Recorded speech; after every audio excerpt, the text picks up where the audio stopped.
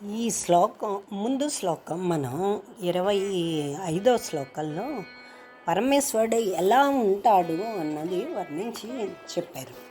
కైలాసం వెళ్ళిన తర్వాత ఎలా పరమేశ్వరుని అవతారం ఎలా ఉంటుంది అన్నది ఆ శ్లోకంలో నేను చెప్పారు. అయితే ఈ శ్లోకానికి వచ్చేటప్పటికి సపోజ్ అటువంటి పరమేశ్వరుని ఒకవేళ అతని దర్శనం కానీ శంకరాచార్యుల వారికి అవుతే ఆ ప్రభు యొక్క పాదాలు రెండు ప్రేమతో పట్టుకుని వాటిని తన తలపైన కళ్ళపైన రొమ్ముపైన ఉంచుకుని ఆ పాదపద్మాల పరిమళాన్ని ఆఘ్రాణించి వాటిని ఆలింగనం చేసుకుని ఆ ఆనందాన్ని అనుభవించే అదృష్ట సమయం తన మనసులో ఎప్పుడు అనుభవిస్తానా అంటూ తన యొక్క భక్తిని తహతహను తనకు శివునిపై గల ప్రేమను ఈ శ్లోకంలో శంకరాచార్యుల వారు విశదీకరించారన్నమాట. శ్లోకాన్ని చూద్దాం. కదా ఇక్కడ కంటిన్యూస్ మీరు అబ్జర్వ్ చేస్తే 3 శ్లోకాలు బట్టి ఎప్పుడు కదా కదా అనే ఈ శ్లోకాలన్నీ అతను రాశారు అనమాట. అయితే ఇక్కడ కూడా కథాతో స్టార్ట్ చేశారు. కథావ త్వాం దృష్ట్వా గిరిసా తవ భవ్యాంగ్రియుగళం గృహీత్వా హస్తాభ్యాం శిరసి నయనే వక్షసి వహన్ సమాశ్లిష్యాఘ్రాయ స్ఫుట జలజ గంధాన్ పరిమళాన్ అలభ్యాం బ్రహ్మాద్యైర్ముదం అనుభవిష్యామి హృదయే. ఇది శ్లోకం అండి. అయితే ఇక్కడ గిరిస అంటే పర్వతాల్లో నివసించి ఓ పరమేశ్వర, నార్మల్గా మనకి తెలుసు శివుడు కైలాస పర్వతాల్లో అని, లేదంటే శ్రీశైలం అనైనా మనం తీసుకోవచ్చు. బికాజ్ శ్రీశైలంలో రాశారు కాబట్టి శివానందులని మనం శ్రీశైలంలో ఉన్నవో పరమేశ్వర అనైనా మనం తీసుకుందాం. తర్వాత త్వాం అంటే నిన్ను, దృష్ట్వా చూచి, తవ నీ యొక్క భవ్యాంగ్రీగుళం అంటే భవ్య అంటే క్షేమకరమైన ఆర్ శుభ్రమైన, అంగ్రి అంటే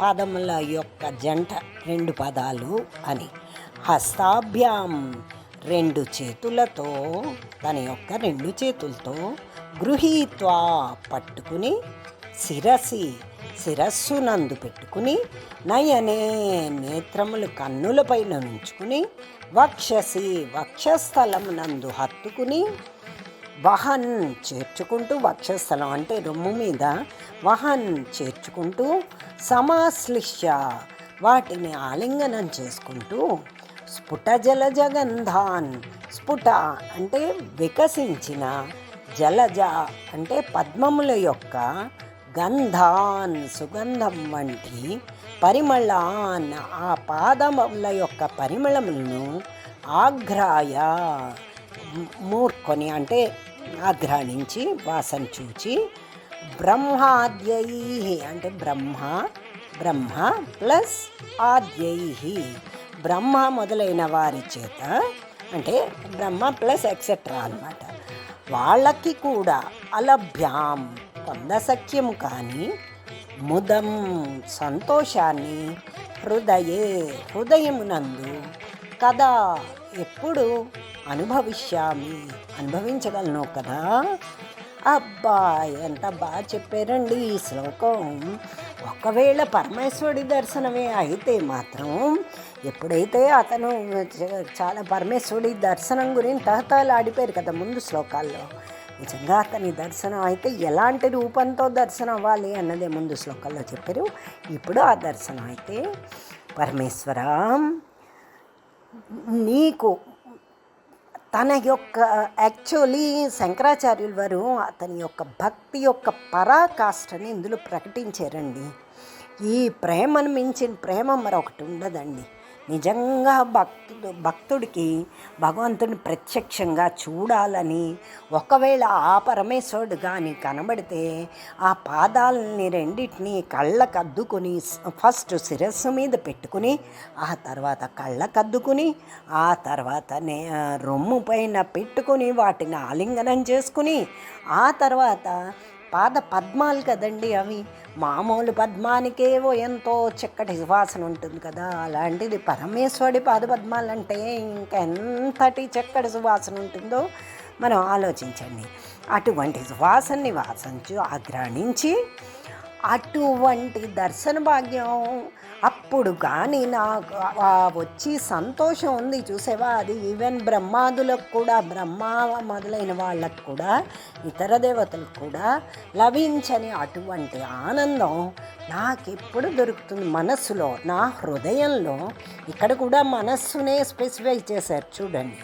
నా మనస్సులో ఆనందాన్ని ఎప్పుడు అనుభవిస్తాను తండ్రి అని కదా, ఎప్పుడు అనుభవిస్తాను నా హృదయంలో అటువంటి ఆనందాన్ని అని క్వశ్చన్ చేస్తున్నారు. యాక్చువల్లీ యోగులు ఒక్కొక్క చక్రం, షట్చక్రాలు కదండి, ఒక్కొక్క చక్రాన్ని దాటుకుంటూ వెళితే సహస్రారంలో సాక్షాత్తు పార్వతీ పరమేశ్వరుల తాలూకు పాదపద్మాలు ఉంటాయి. సో యోగాభ్యాసం ద్వారా ఒక్కొక్క యోగులు మీరు చూస్తే ముందు మూలాధారం నుంచి కుండల్ని ప్రాక్టీస్ చేస్తే మన తాలూకు వెనకాతలు ఉండి మనం నాడీ మండలం ఉంటుంది కదండి, స్ట్రైట్గా బుర్ర నుంచి కింద మూలాధారం దాకా మనకి వెనుముక ఉంటుంది కదా, దాన్నే కులం అంటారనమాట సంస్కృతిలో. ఆ కులంలో షట్చక్రాలు ఉంటాయండి. కింద నుండి ఇది మూలాధారం. అలా ఒక్కొక్క చక్రాన్ని మీరు దాటుకుంటూ వస్తే శిరస్సులో నెత్తి మీద ఉండి ఇది సహస్రారం. ఆ సహస్రారానికి ఎప్పుడైతే యోగి ధ్యానంలో చేరుకుంటాడో అప్పుడు అక్కడ సాక్షాత్తు పార్వతీ పరమేశ్వరుల పాదపద్మాలు ఉంటాయండి. ఆ పాదపద్మాల దర్శనం ఎప్పుడు నాకు అవుతుంది అని ధ్యాన మార్గంలో అది వెళుతూ దాన్నే కుండల్ని విద్య అంటారనమాట. ఆ కుండల్ని ప్రాక్టీస్ చేయడం అది చాలా కష్టతరమైనది. అది సాక్షాత్తు యోగుల్లో, హిమాలయాల్లో గట్రా యోగులు ఎవరైతే ఈ కుండల్ని ప్రాక్టీస్ చేసి సహస్రారానికి రీచ్ అవుతారో వాళ్ళకి ఇంకేం లేదండి, అది బ్రహ్మానందమే. అంటే సాక్షాత్తు పరమశివుడి దర్శనం అయినట్టుగా చెప్తారనమాట. సో అది ఇక్కడ శంకరాచార్యులు గారు మనకి చెప్తున్నదనమాట. సో ఇక్కడ ఏంటంటే పరమేశ్వరుల దర్శనానికి శంకర్లు చూపుతున్న ఉత్కంఠ ఇంత అలవికందండి. అందులో అతనికి భగవంతుడిపై ఉన్న ప్రేమని చెప్తున్నారనమాట, తెలుస్తోంది. నార్మల్గా ప్రేమ అన్నదే భక్తి అండి. నారదుడి భక్తి సూత్రాల్లో అందుకే చూడండి, సాత్వస్మిన్ పరమ ప్రేమ రూప అని చెప్పబడింది అనమాట. ఇది భగవంతుడిపై గల ప్రేమయే సిసలైన భక్తి అని దాని అర్థం అనమాట. ఎవరికైతే అంత భక్తి ఉంటుందో వాళ్ళుట అటువంటి భక్తుట్టండి స్నానం, సంధ్యావందనం ఏవి చేయకపోయినా పర్వాలేదండి, జప పూజాదికం నిర్వర్తించకపోయినా కూడా లోపం లేట, ప్రార్థన చేయకపోయినా కూడా అతనికి వచ్చిన లోటు ఏమీ లేట. సో అందుకే శాస్త్రం కూడా ఏం చెప్పింది, అత్యంత భక్తియుక్తానం నా శాస్త్రం నైవచక్రమం. అంటే అధికంగా భక్తి ఎవరికైతే ఉంటుందో శాస్త్రంతోనూ ఆచార క్రమంతోనూ ఇంకా పని లేదు అని చెప్పిందనమాట. భక్తి అన్నది ఉంటే అన్నీ ఉన్నట్లే అన్నమాట. సో ఈ విధంగా భక్తుడు తన హృదయంలోనే ఉన్న దైవాన్ని దర్శించడం జరిగితే ఏ విధంగా స్వామిని సేవించి తరించాలో ఈ శ్లోకంలో శంకరులు తనని ఒక భక్తునిగా ఆపాదించుకుని ఆ రహస్యాన్ని మనందరికీ చెప్తాడు అనమాట. దాన్ని ఎంత కరుణ కదండి, అతనికి దర్శనం అవ్వలేదని కాదు, మనని ఈ విధంగా భక్తితో దైవాన్ని సందర్శించండి అని ఆ విధంగా మనకి భక్తి రహస్యాన్ని సూచిస్తున్నారన్నమాట. అతను ఎంత కరుణావర్షం మన మీద కురిపించారో కదండి. అతను జగద్గురు సార్వభౌములండి. విజ్ఞాన నిధి అండి అతను. అతనికి ఉన్న ప్రేమ ఇంత అంతా కాదు భక్తుల మీద. సో ఈ విధంగా నదులన్నీ సముద్రంలో సంగమించినట్లుగా కర్మ, భక్తి, జ్ఞానములు 3 ఆయన జీవితంలో ఉన్నాయి. ఈవెన్ దెన్ మనకి ఒక ఆదర్శప్రాయంగా అతని మీద అన్నీ అన్వయించుకుంటూ మనకి ఈ రహస్యాలన్నింటినీ ఎంత చక్కగానో బోధించారు.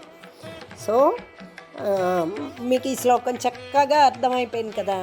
శంకరాచార్యులు వారు ఏమంటున్నారు, స్వామి నీ పాదపద్మాలు కానీ నాకు దొరికితే వాటిని ముందు నేను శిరస్సు మీద పెట్టుకుంటాను, తర్వాత కళ్ళకద్దుకుంటాను, ఆ తర్వాత కౌగిలించుకొని వక్షస్థలలో కౌగిలించుకుంటాను, ఆ తర్వాత వాటికి ఆ పాదపద్మాల నుంచి వచ్చి సుగంధాన్ని ఆఘ్రాణిస్తాను. ఇలాంటి భాగ్యం నాకు ఎప్పుడు నువ్వు కలుగు చేస్తావో కదా అని అంటారు.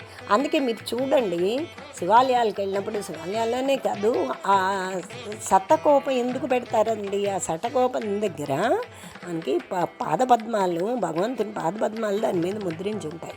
అవి మన నెత్తి మీద పెట్టడం అన్నమాట. అందుకు అతని పాదపద్మాలు మన నెత్తి మీద పెట్టి తగిలితే అంతకన్నా ఇంకేమున్నదండి. అది భక్తికి కాస్త ప్రేమ ఉండాలండి. ప్రేమ ఉంటే ఇంకా ఏమీ అక్కర్లేదు. మనకి ఎన్నో ఎగ్జాంపుల్స్ ఉన్నాయి. మీకు ఎగ్జాంపుల్ భక్త కన్నప్పే. అతనికి ఏమి ఓన్లీ భగవంతుడితో ప్రేమ ఉన్నది తప్ప ఎప్పుడు నాకేమిస్తావు నువ్వేమిస్తావు అలా కాకుండా అంత గుడ్డి ప్రేమతో అతనేమి ఇలాగా స్నానాలు, జపతపాలు, సంధ్యావందనాలు, శాస్త్రాల్లో చెప్పిన నియమాలు ఏమీ పాటించలేదు. ఓన్లీ గుడ్డిగా తన భక్తి ప్రేమతో తన భక్తిని చాటి చెప్పాడు. అందుకే అతన్ని శివుడు అనుగ్రహించాడు. సో మనం ఆల్వేస్ ప్రేమతో దేవుణ్ణి, మన భక్తిని చాటి చెప్పుకుందాం. ఎంతసేపు భగవంతుడా నువ్వు నాకేమిస్తావు, ఆ కోరిక తీరు ఈ కోరిక తీరు కాదు. అట్లీస్ట్ మనకొచ్చిన ఈ వయసుకి అట్లీస్ట్ మన అందరం ఆల్మోస్ట్ కొంచెం బాధ్యతలన్నీ తీరి ఉన్నాం కాబట్టి భగవంతుడా అని అతని మీద ప్రేమ చూపెట్టి మన భక్తిని చాటి చెప్పుకుందాం. ఓకే, ఇదండి 26వ శ్లోకం. ఓకే అండి.